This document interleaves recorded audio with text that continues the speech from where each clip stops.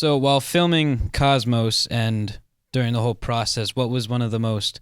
interesting things you've learned or come across?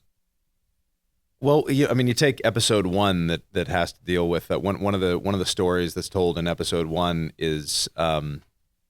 story of a Dominican monk named Giordano Bruno, who I had never heard of prior to reading the script, who was sort of the first person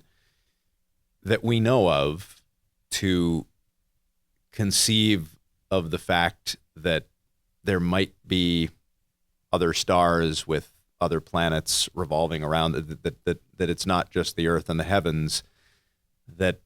other stars could have other planetary systems and could possibly have life on them. For that time, obviously, when any kind of thought that didn't adhere to the confines of what the church was teaching could get you burned at the stake,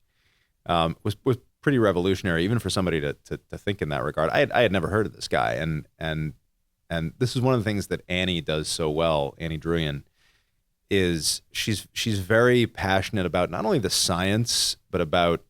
the scientific process, and the scientists who in this case, this was not a scientist; it was just a guy making a guess, but the history of how these discoveries came about, and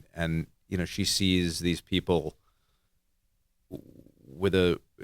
a sort of heroic way. In many cases, people who were fighting against the restrictions of their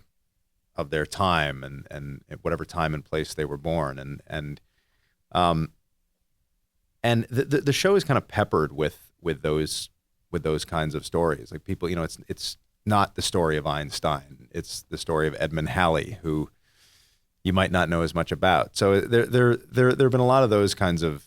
instances throughout the show where I will read the script or watch the episodes as a viewer